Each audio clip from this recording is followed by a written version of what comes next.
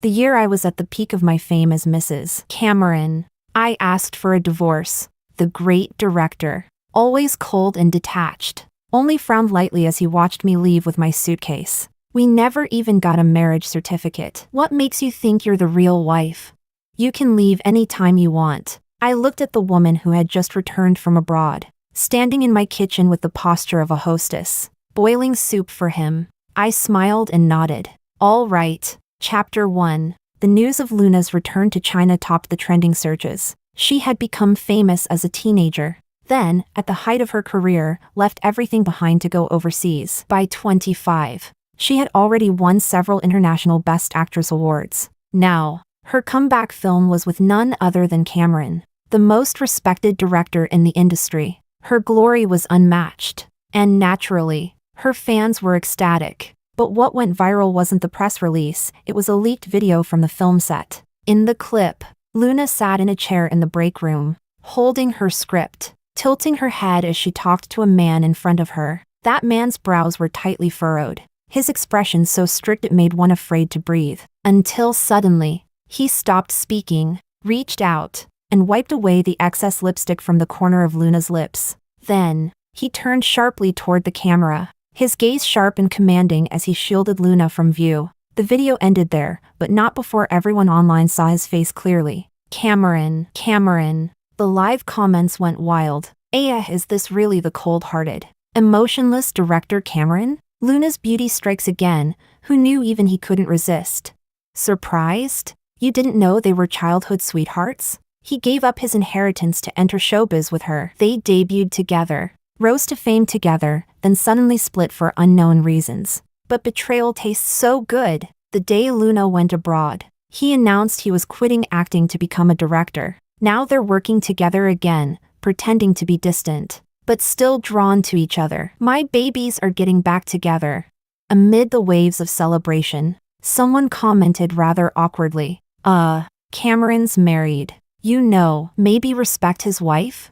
Pfft, you mean that wife he's kept hidden for 5 years? Sorry. Step aside. Side character, the true love is back. I set down my phone and calmly digested the insults aimed at me. The dishes on the dining table had already gone cold. The happy birthday on my cake had melted into an unreadable blur. Cameron had forgotten again the promise he'd made to come home and celebrate my birthday. Then again, when I reminded him 2 days ago, he'd only replied with a casual hum. He probably never meant to come back. I made a lazy wish, ate a few bites of the cloying cake, and went to bed alone. But in the middle of the night, I was awakened by sounds downstairs. When I opened the door, the man stood there against the light, coat still on. Didn't you say you wanted me home for your birthday?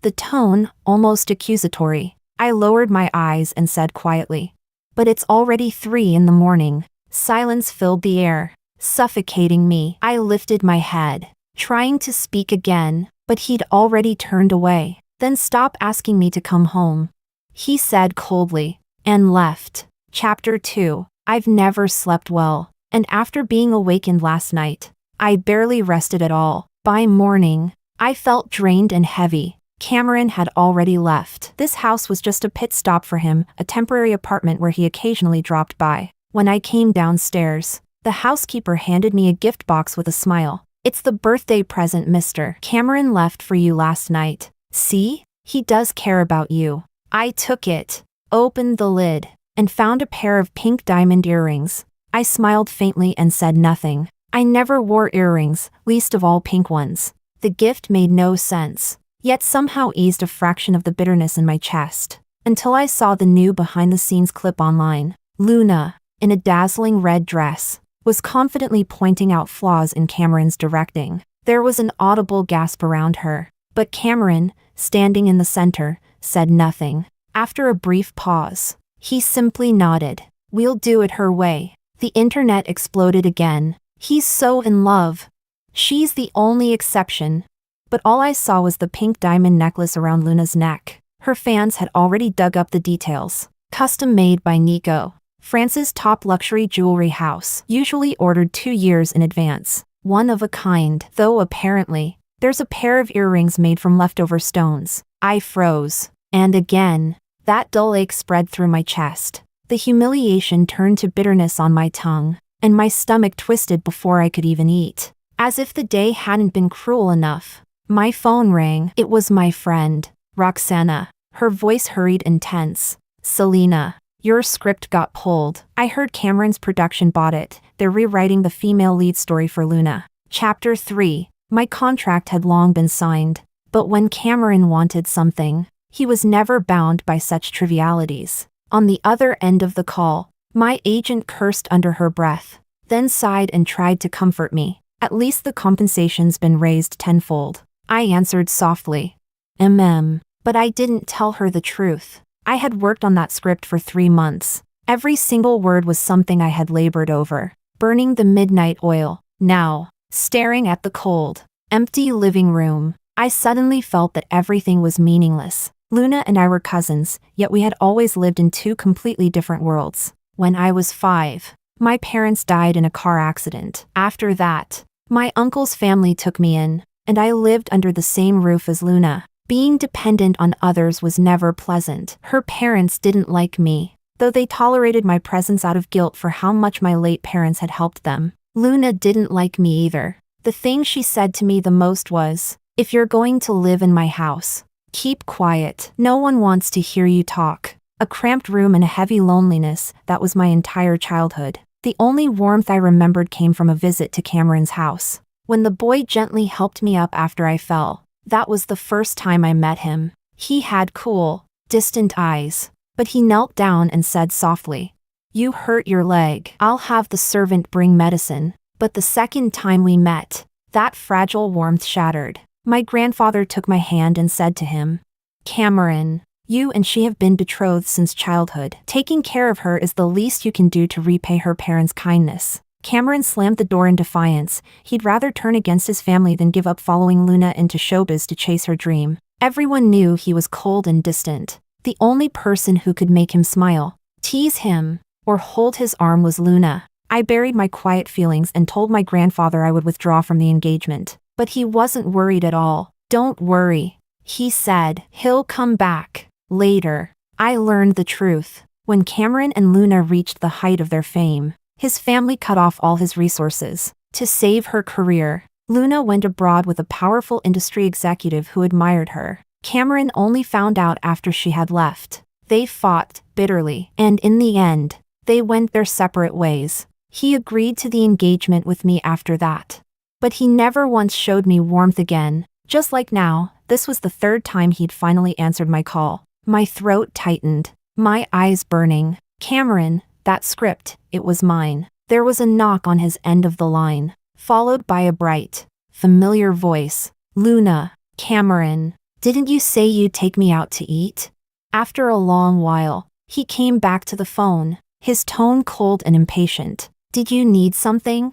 I blinked, then pressed the hang-up button. No. The sky outside was gray, no different from the countless other days of my life. And yet, something inside me was quietly, clearly taking shape. I wanted a divorce. Chapter 4. I pulled out my suitcase and spent the entire afternoon packing my things. The walk-in closet was now half empty, only a few of Cameron's suits remained, making the space feel hollow and cold. When I carried my suitcase downstairs, I realized someone was busy in the kitchen. A woman stood there with an apron tied around her waist, her dark curls falling over her shoulders. Steam rose from the pot in front of her. Hearing my footsteps, she didn't even turn around. "It's almost ready. You don't need to come over." You should really scold Selena a little. There's nothing left in the house. Luckily, at least I found something to make hangover soup with. I listened to Luna's soft, casual tone and said quietly, "He doesn't drink what I make." Cameron was always busy, so busy that even our engagement banquet had been something he attended briefly, just to save face. He rarely came home, usually only stopping by after work or a social event. I once tried learning how to make hangover soup. I even offered it to him once. When he'd come home drunk, he took one sip, frowned, and poured the entire bowl into the trash. "Luna's recipe. Who did you learn it from?"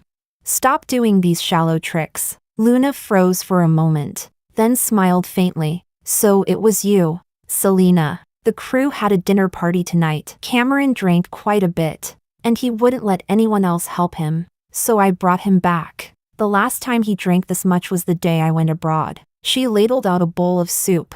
I heard he hasn't attended a single caste dinner all these years. This must have been because I was there. Cameron. Luna called softly behind me. I turned to look and saw Cameron leaning against the wall. His eyes were heavy with fatigue, but they stayed fixed on Luna, as though he'd been watching her for a long time. She handed him the bowl of soup. He stared at it silently, then took it and drank it all in one go. No anger, no harsh words, no rejection. He didn't throw it away. I stood in the corner, feeling as though I'd been pushed miles away from them, so far that Cameron didn't even notice I was there. Only when I placed the house keys and the wedding ring gently on the table did he finally look over. Cameron, I said quietly, I want a divorce. He frowned. What did you say?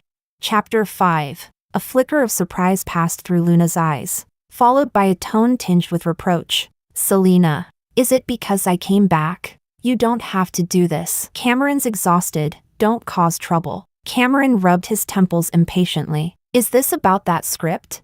If it is, Selena, I don't have time for your childish tantrums. I didn't answer. I only glanced at the beautiful, flawless diamond necklace around Luna's neck, then thought of my tiny pair of mismatched earrings, and I spoke again, firmly.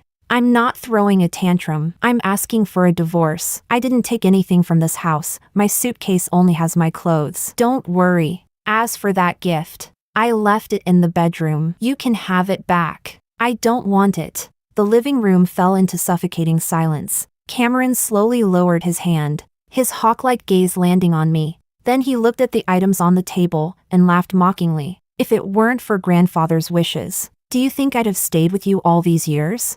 And besides, we never even registered our marriage. What makes you think you're the legitimate wife? If you want to go, just go. No need for this performance. He called for the housekeeper impatiently. Throw those keys and that ring in the trash. Then, without hesitation, he made a call. In one sentence, he revoked my status and froze all my bank cards. Finally, he looked at me. I despise foolish behavior like this. Selena, take care of yourself. Chapter 6. Dragging my suitcase behind me, I knocked on Roxana's door. She took one look at the mountain of bags and boxes stacked behind me and nearly dropped the bread she was biting. You actually divorced him?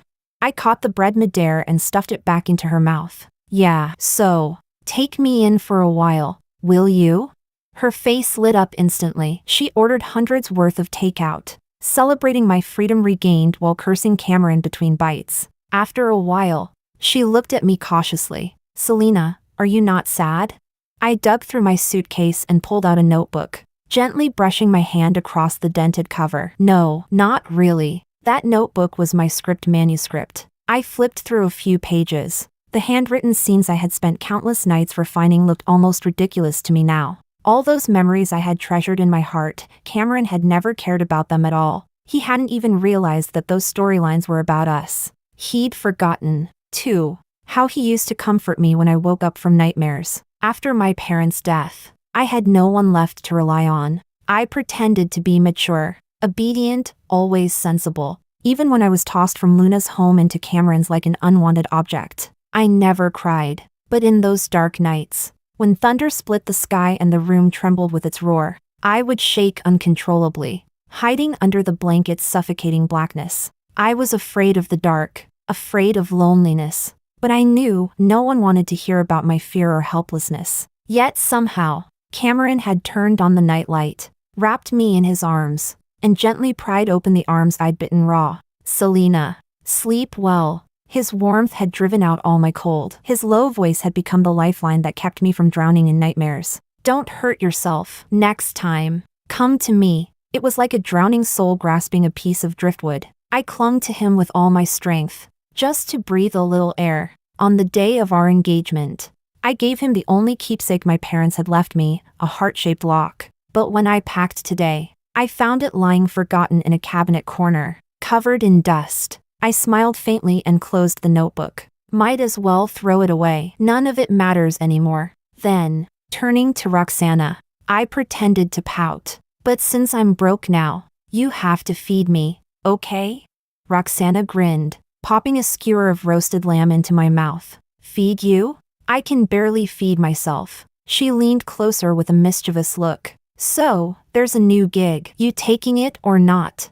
Chapter 7. Roxana and I met in college. We were both drama literature majors. After graduation, she gradually became a well-known screenwriter. But Cameron never liked the idea of me working in this field. He once said he didn't want to see me both at home and at work. So all these years, I did nothing. Every script I poured my heart into was dismissed by him with a single sentence. And now, what Roxana was offering was the chance to write an original screenplay. The story's protagonist was a girl who grew up deep in the mountains. This kind of theme doesn't have much commercial appeal, Roxana explained. And the team will be stationed in the mountains for months, places where there's barely any signal, tough conditions, and long shoots. But the director, though young, has swept every Best New Director award in recent years. It's a great opportunity. Selena, do you want to give it a try?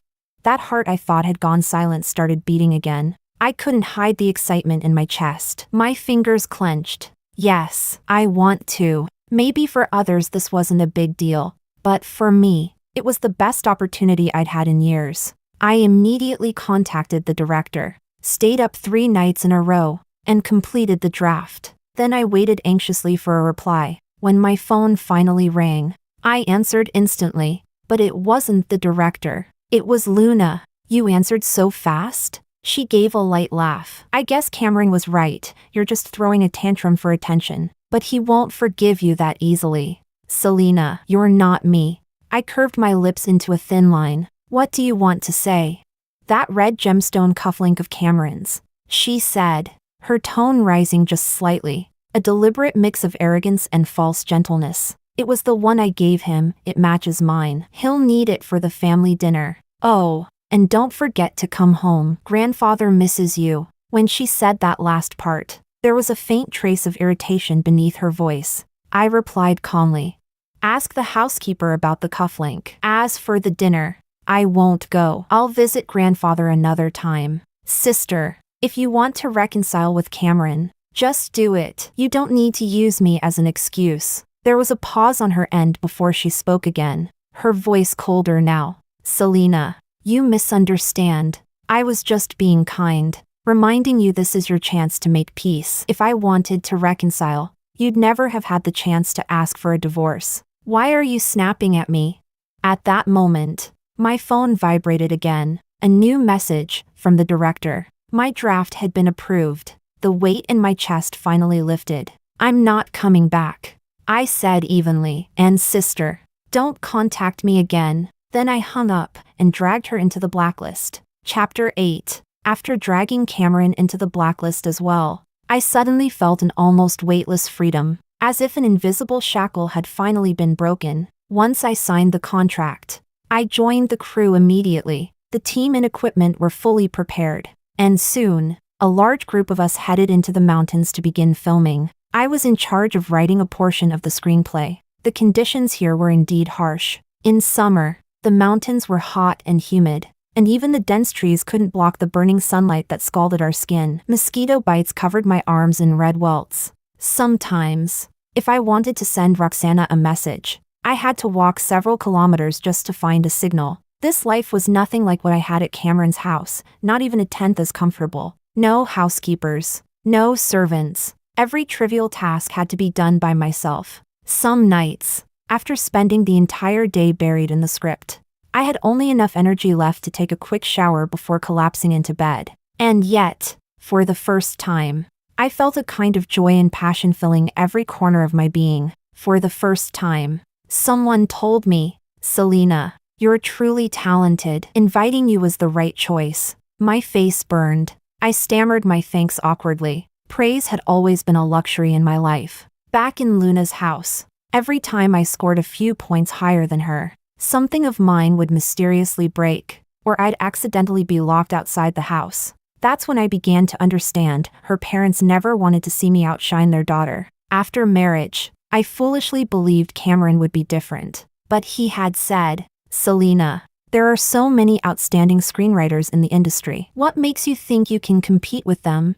Just stay home, play your part in front of grandfather, And don't show up at my workplace. I don't want to see you there. Don't make me hate you. Those words wove themselves into an invisible web that bound me for over 20 years. They made me cautious, hesitant, afraid to act. But now, Selena, your writing's getting better and better. No wonder the director wanted you. The whole writing team's praising you. Keep it up. Selena, believe in yourself. This film is gunning for this year's Golden Awards. Months passed in a blur, exhausting but fulfilling. When we finally left the mountains, the world looked brand new, as though it had been painted with a brighter hue. I turned on my phone, only to find my message inbox flooded, all from the same unknown number, with a cold, familiar tone. It was Cameron. Chapter 9. You blocked me? You're not at your friends. Where are you? Answer me. Selena. Of all places. Why Luis's crew? Are you doing this to spite me? What's the point? His and Luna's CP was still trending. His temper, as bad as ever. But in a recent interview, a reporter had prodded him with a smile. Director, there have been rumors that your marriage is cold and loveless. Now that Miss Luna's back and you're working together again, are you planning a reconciliation? His face darkened instantly. He shoved the microphone away. No, watch your mouth. Don't talk nonsense. The next day, a silver ring appeared on the fourth finger of his right hand. Our wedding ring. I had no idea where he'd found it. The last time he'd worn it was on our wedding day. During the early years, I always wore mine properly. Perhaps it bothered his eyes. He told someone to toss his into a drawer. So I learned my place and stopped wearing mine, too. All those years of suppressed bitterness had long taken root deep in my heart. My chest tightened with an old ache, but the voices of the crew snapped me out of it. Oh, look. Isn't that Cameron? What a joke, fooling around with his white moonlight and still not letting go of his wife. Poor woman. I blinked, and the suffocating weight vanished. It's fine, I said lightly. His wife already ran away. As I scrolled past the interview clip, a new message popped up. China Construction Bank, account ending 245, deposit of 2,000,00 CNY. New balance, 2,001,578 CNY. I frowned and immediately transferred it back. Almost instantly, my phone rang, as if he'd been waiting by it. I rejected the call. 2 seconds of silence. Then it rang again. He clearly wouldn't stop until I picked up. I finally answered, unable to hide the irritation in my voice. Cameron, what do you want? Isn't my leaving enough for you? To my surprise, there was no impatience this time, just uneven breathing, then his voice, quiet and low. Selena, where are you right now? You disappeared without a word. Do you have any idea how worried grandfather is? Come home now, apologize to him, and I'll let go of what happened before. And keep the money, it's better than that pathetic salary you're making. A surge of anger burned through me. For the first time, my voice was cold, sharp.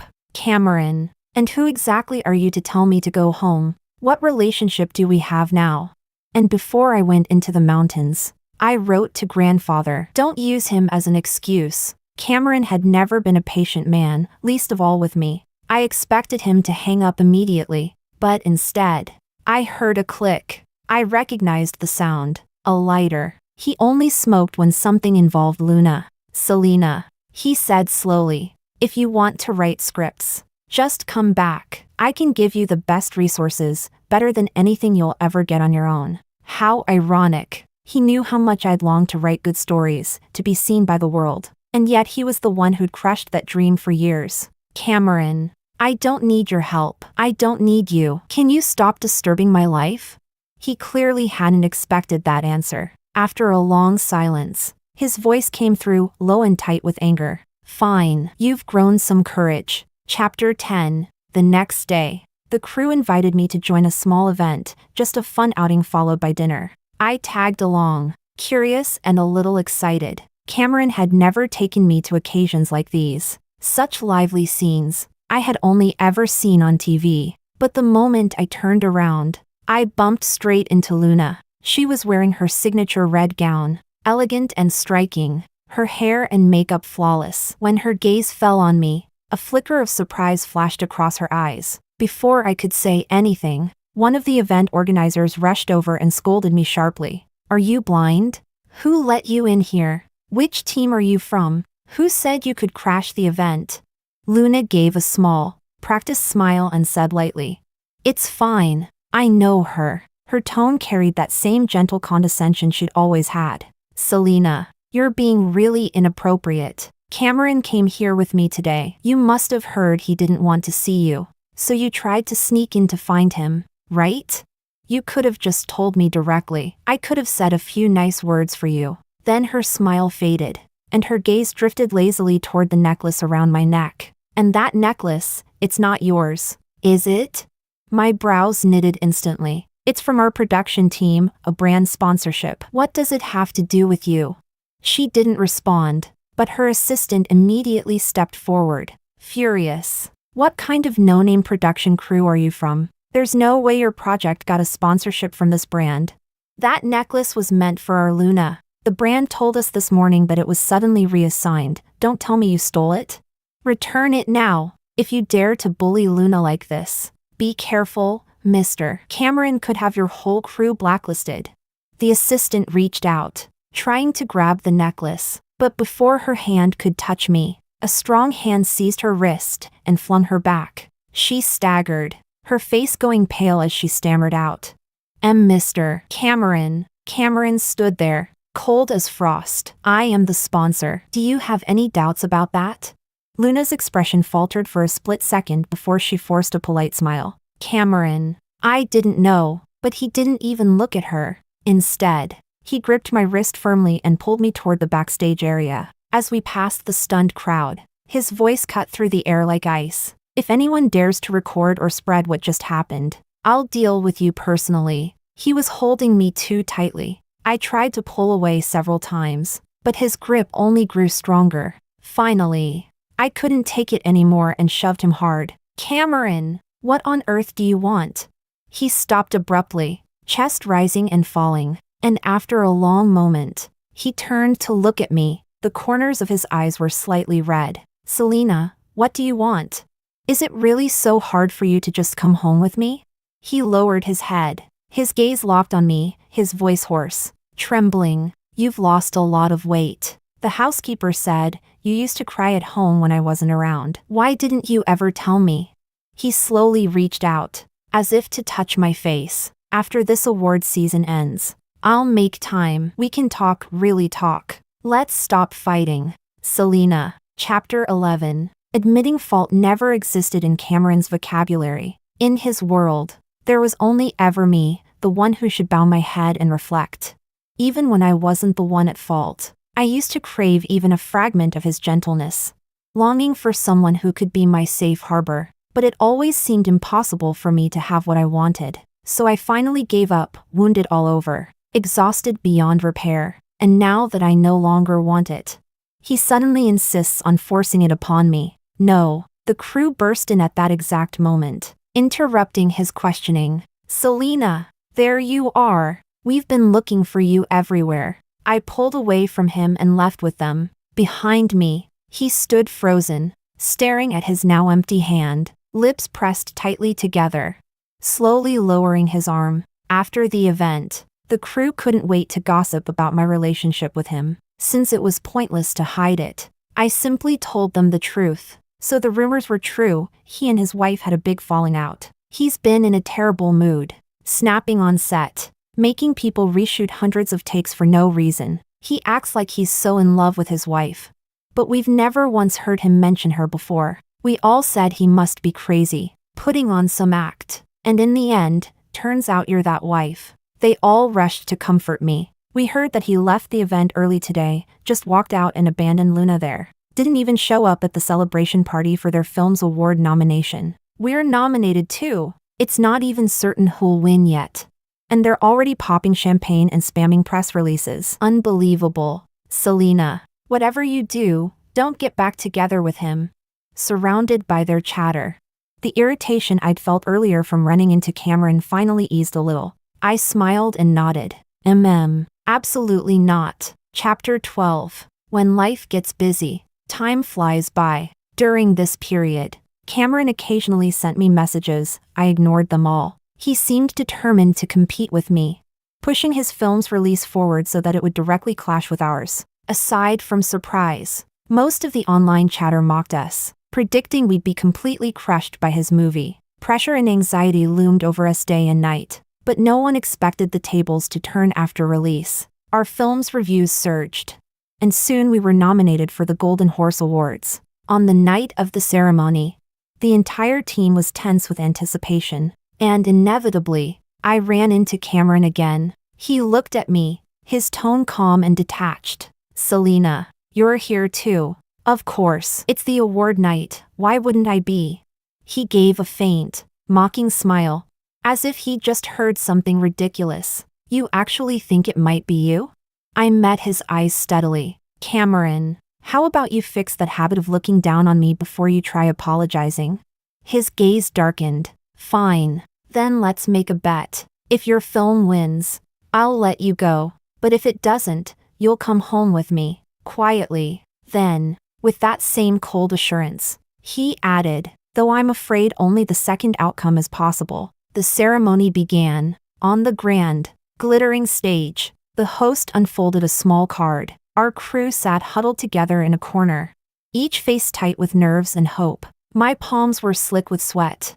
My breathing didn't even feel like my own. I glanced toward Cameron's back, his last words echoing in my mind. "Selena, I won't go soft this time. If you don't win, it'll prove leaving me was the stupidest thing you've ever done. Whether you agree or not, I'll drag you home myself. And as for Luis and the others, I'll make sure they pay for misleading you." Now, sitting in the first row, he toyed idly with the ring on his finger, expression calm, as though he already knew the outcome, until the host's voice rang out clear and bright. "And the winner is..." A pause, then a smile. "Congratulations to your film." Chapter 13. No one expected us to actually win the award. When I went on stage with Luis to receive it, my hands were trembling. It felt like planting a seed with my own hands, watering it day and night, tirelessly. Everyone had told me it would never bloom, that I was foolish to hope, but it had bloomed.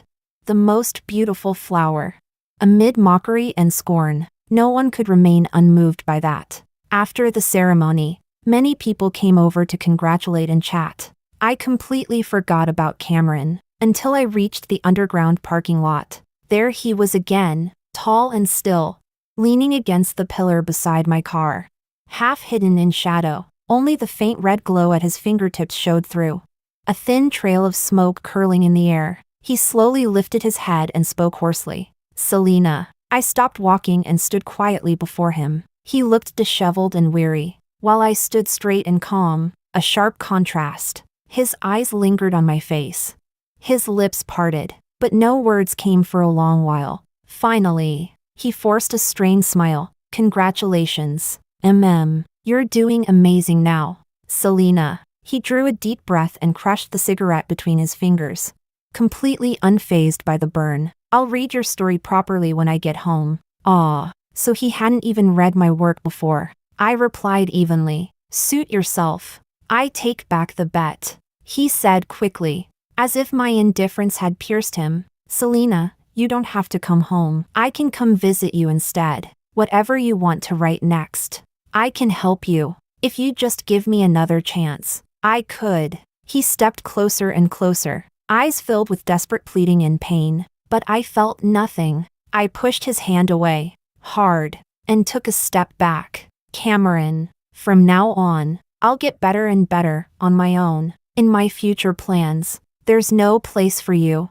Chapter 14. After I got back, I received countless invitations. The first wave came from directors and screenwriters, the second from Cameron's grandfather. I didn't refuse. I made time to visit the old family estate. The living room, decorated in an antique style, was solemn and elegant. The old man sat at the head seat, smiling kindly. He went straight to the point. "Selena, you're not going to give Cameron another chance?" I looked at him and replied seriously, firmly, "Grandfather, there was never a chance between us. Maybe you shouldn't have forced him to marry me in the first place. He and we were never meant to be." He paused for a long time before letting out a deep sigh. "Selena, it's I who owe you an apology. Back then, when I insisted Cameron marry you, it was partly because of your parents. I wanted him to take good care of you, and partly for my own reasons. He looked down, his tone weary. I knew he already had someone in his heart. But the daughter-in-law of this family shouldn't be someone who makes him neglect the family business, or run off to show her face in the entertainment industry. You've always been obedient and sensible. I watched you grow up. You were the most suitable person to marry into this family, so I made the decision myself. But now I see. I was wrong. He waved a hand, and the butler stepped forward, placing several share certificates in front of me. This is Cameron's wish. These companies will be transferred to your name. Compensation for the years you spent with him. I lowered my gaze and thanked him softly. As I turned to leave, he called out again, "Selena, you still recognize me as your grandfather, don't you? For my sake, could you give Cameron one last chance? Just talk to him properly." My answer didn't change. No. A loud crash rang out, the sound of glass shattering. I turned toward the doorway. Cameron stood there, his face white as paper. It seemed he could no longer bear it. He stepped across the shards, and tears spilled from his bloodshot eyes. "Selena, but I've already read your notebook. How am I supposed to give you up now?" Chapter 15. Selena, I didn't know you'd loved me for so many years. I always thought our marriage was just for show, so I never realized that what I did would hurt you, would make you sad. Let's start over. I'll do everything I can to make it up to you. Whatever you want, I'll give it to you. He looked utterly disheveled. Tear streaks marked his pale face. His hair was a mess. Even his shirt buttons were misaligned. Ever since I'd known him, he'd always been calm, poised, and immaculate. Never once had I seen him lose control like this. But all I felt now was disgust and irony. He said he didn't know he'd hurt me, but how could he not know? When someone gives you the leftover scraps from another person's gift, as a perfunctory birthday present, even the dullest person would realize that's rejection. That's disdain. It's deliberate cruelty. And even worse, there had always been someone else who received his full warmth, unrestrained and sincere. I asked coldly, "What about Luna?" Cameron froze, as if I'd pierced through his last layer of denial. "I don't love her anymore. I did like her once, but when she chose to go abroad, I knew we could never have an ending. Later, when I was with you, my feelings for her had already faded. My only mistake was not realizing sooner that I'd gradually fallen for you." I lowered my head, listening to his absurd confession. After a long silence, I met his careful, pleading gaze and smiled faintly. "Cameron, then let me tell you something too. I made a mistake as well. I should have realized sooner that after leaving you, the world outside had everything I was looking for. I really regret not leaving you earlier." Chapter 16. The light in his eyes shattered, breaking into tears that fell one by one. He only murmured softly, all right. After that day, we never met again. Later, on an ordinary afternoon, I heard that he had stepped down from directing altogether. Then came the news. Luna had been caught evading taxes. The internet exploded. People dug deeper and discovered that the person behind her downfall was Cameron himself. It was said things between them ended terribly. Luna stormed into Cameron's house in tears, screaming, "You did all this for her. Do you think she'll forgive you because of it? You're the one who can't make up your mind. First you hurt her, now you hurt me. In the end, you're the most disgusting one of all. You think you're some noble man? You claimed to love me so deeply. But the moment I left, you fell in love with another woman. What kind of devotion is that?" The farce ended with Luna being blacklisted from the industry. The once celebrated star vanished overnight. But she couldn't accept such an ending, so she added her own tragic epilogue. She stabbed Cameron, right in a vital artery. It took 3 days and nights of emergency surgery to drag him back from the brink of death. His body was never the same again. For the rest of his life, he would depend on medication. When he regained consciousness, the first thing he did was struggle to call me. "Selena, could you come see me? Just once, just for a moment. I'm so scared that I'll die without seeing you again." Without getting the chance to say I'm sorry, he was crying. his voice weak and trembling, each word broken by long pauses for breath. I said nothing. I hung up the phone, then added his number to my blacklist once more. I lifted my head. The sunlight outside was dazzling. From the computer came an impatient voice. Hey, where's the new script? I'm ready to start shooting. I typed quickly, smiling faintly. Almost done. Almost done.